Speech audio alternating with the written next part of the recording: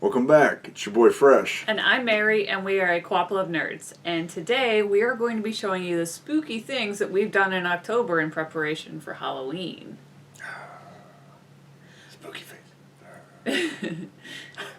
But before we begin, don't forget to give us a like, a subscribe, and follow us on Facebook and Twitter.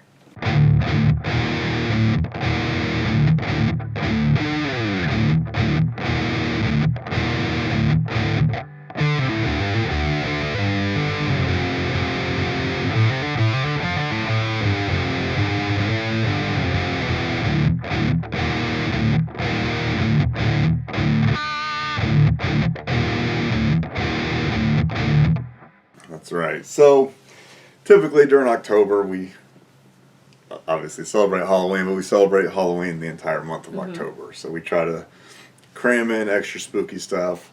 So we got a stack here of games and movies that we did this month. It's not quite as big as I was hoping, but our Georgie got sick, you got sick, I got sick. So this month hasn't been, I've noticed we haven't had as much content this month, so we've been dealing with that. But we still got a decent stack here. Yeah. So without further ado, let's jump right into it. So first of all, we got The Invisible Hours. Now, played this game, really enjoyed it. It's less a game and more an interactive movie. Yeah. So if you've ever watched a movie, like a whodunit crime, and wondered, man, I wish I could see what so-and-so was doing when this person was doing something else, in this movie you can literally pause time, find that person, and watch what they're doing. Yeah, rewind and... Yeah, rewind, fast forward, skip, control the camera. It's a murder mystery involving Tesla. Yeah.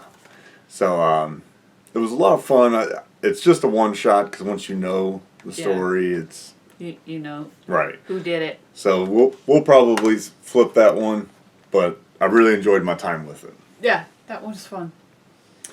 Up next, we got Monstrum. Now, we're not going to talk about this game because, depending on the order in which I release these, we're going to do our first opening week review. Yes. So that's a new show that we're launching on the channel, in which we go out day one, get a lesser known game, play it as much as we can in that week, and then review it with gameplay footage. We got the capture card working, so super excited about that. Up next, we got Bloodstained Ritual of the Night, and this game is basically Castlevania Symphony of Night with a female lead. Yeah, because he was playing it and I was watching it and I was like, is this Castlevania? But that's a female.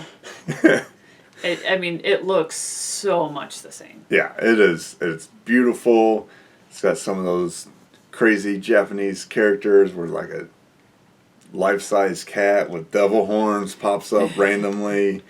It's a blast. I'm loving this game.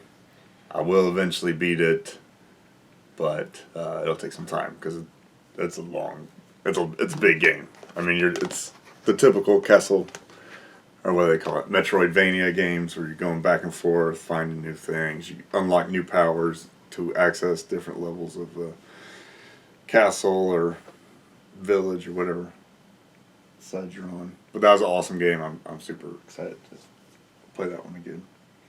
Up next, we got some movies that we watched. First up, we got Dr. Sleep. This game had a lot... Movie. Yeah, I'm sorry to say games. The movies that we watched. This game had a... Movie. This movie... Let me get some more coffee in. This movie was drawn out. I liked the concept of the story and how, it's supposed to relate back to The Shining. But it didn't need to be as long as it was. Yeah, it's 3 hours practically on the dot. Unfortunately, when you're watching it, you can't help but think of The Shining, which is probably one of the greatest horror movies of all time. This movie doesn't even come anywhere near it. it sort of felt like generic X-Men, where all these people kind of have these different mental powers, but they're kind of vague in what they can and can't do. It didn't really feel like a horror movie to me. It felt more like an action movie, like an X-Men movie. Maybe it's like a supernatural, but not necessarily scary. Yeah. So that was a little disappointing. But it had the deck stacked up against it with The Shining. Up next, we got George A. Romero's Dawn of the Dead. This is the original one. I know they remade it, I think in 2010s area, which was good. They made the zombies fast in that one. Mm-hmm. But this is a great film. I love it. It's a little dated now that malls have pretty much died off, and this takes place primarily in a mall. They're living in a mall. Yeah, which would have been a cool idea in the 70s. I think in that time, if there was a zombie apocalypse, I think the mall would be the place to go. Yeah. To go live. But it's a great movie. If you haven't seen it, after this video, go watch it. Another great movie, They Live, showing you that Roddy Piper should have been an actor this whole time. No, his acting's not great in it, but I love the story. It wasn't bad. No, he's not horrible, but they give him very little dialogue to kind of make up for that. It feels really applicable now with politician season, election season going on. Yeah. Just all the it's kind of amazing subliminal watching it and advertising. Feeling like how applicable it is to now. Right. It's cheesy. It's it has that B movie feel to it, but watching it, you're like, wow, that completely makes sense. Yeah. Yeah. It was like for the time that was a really I guess ahead of its time idea. Right. Yeah. Next, we got The Pit and the Pendulum. Vincent Price. Yes. I'm a big Vincent Price fan. Mary wants me to grow the pencil thin mustache like Vincent Price. No. I think I could pull it off. But I think this is a Edgar Allan Poe story that they did. It's a story about a widower man who is desperately trying to figure out what happened to his wife, and there's all sorts of twists and turns, and people go crazy. It was a lot of fun. Mm-hmm. That was a good movie. Next, we got Mortal Kombat Legends, Scorpion's Revenge. What'd you think about this movie, Kristen? Slept the whole time. Mary has a tendency of falling asleep when we're watching these movies. I get so tired. This movie was fantastic. I loved it. If you've seen the first two live-action Mortal Kombat movies, they left a lot to be desired. This just made up for that in spades. I remember seeing the beginning part of it. It was extremely bloody. Extremely. I mean, it's Mortal Kombat, so you'd expect it to be extremely violent. But this buckets and buckets of blood. Now, it is animated. Yeah. So I think you can get away with that kind of stuff a lot easier, especially with budget restrictions. You can't have a bunch of dismembered bodies in a live-action movie just because of the cost. But this is fantastic. This is everything you wanted that live-action Mortal Kombat movie to be. So I highly recommend this. Up next, we got Return of the Living Dead Part 2. Now, a lot of times people get this mixed up with the Dawn of the Dead series, but this is its own series, Return of the Living Dead. This is where that old trope of zombies craving brains came from.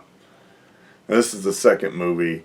Not quite as good as the first, but it's smart zombies. So zombies that can talk, zombies that can use tools, zombies that are indestructible. Even if you cut off the hand will become alive itself and come after people. I did watch part of this one then. Well, you might be remembering the first one. Okay.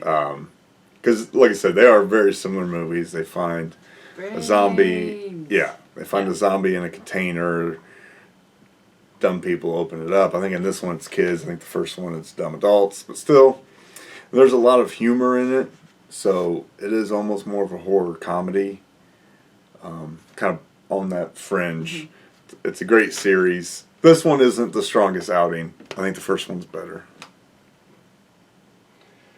Up next, The Beast.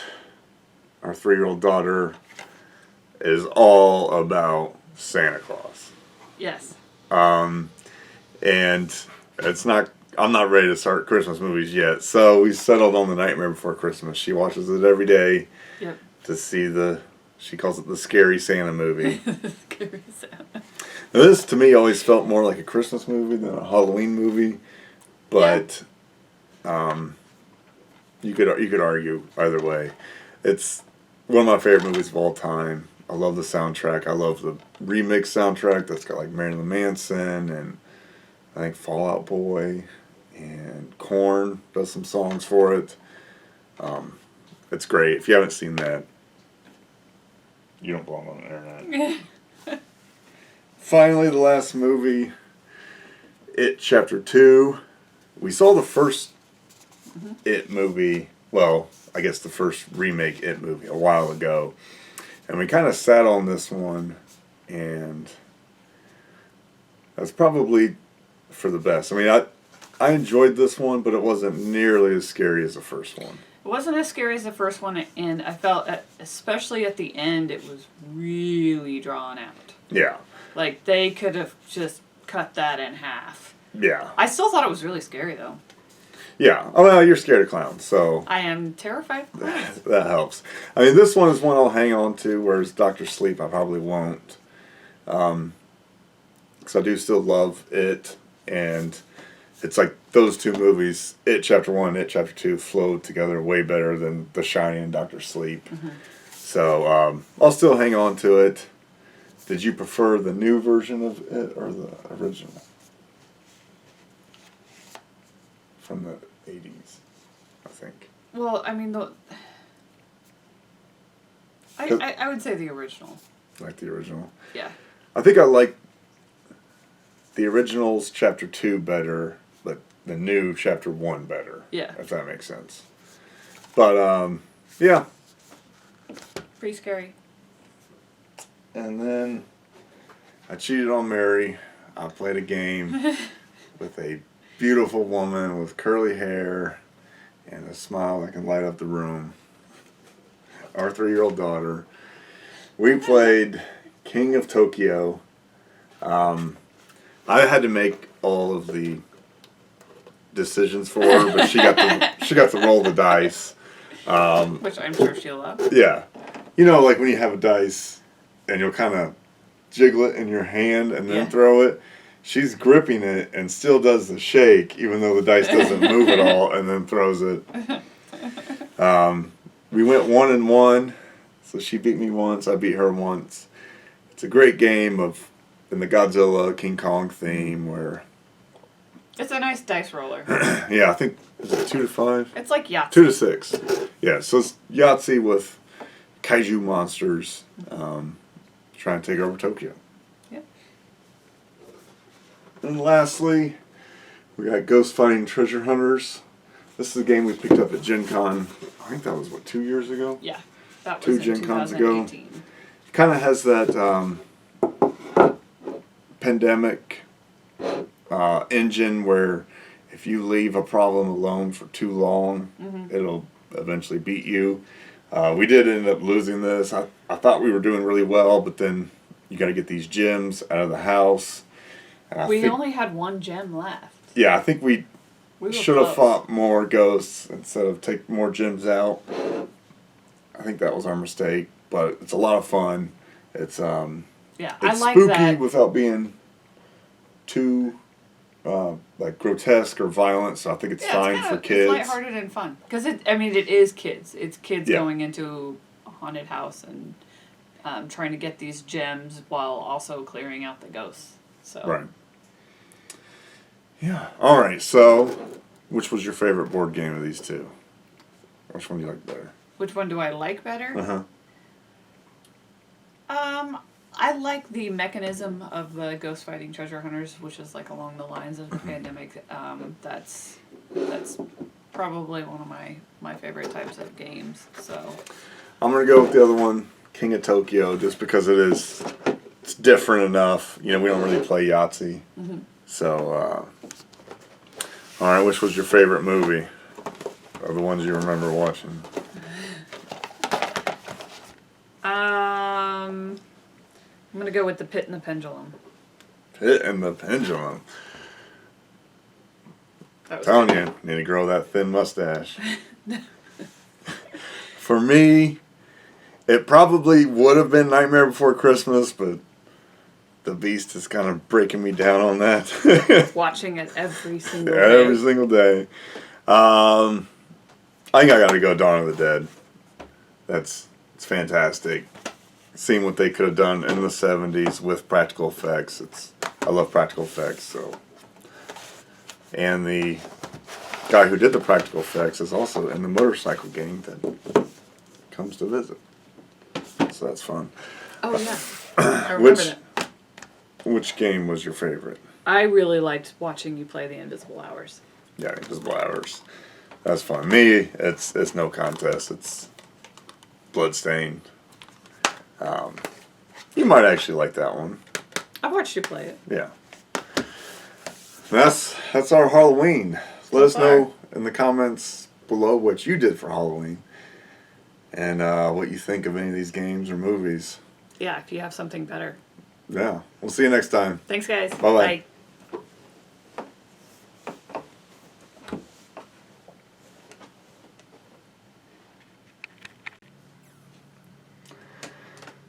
Hey, Pumpkin.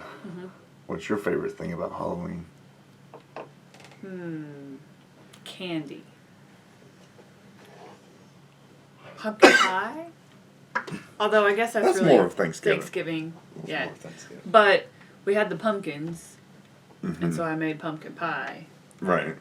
and that was really good. Filling this early in the morning, so it's coffee instead of beer.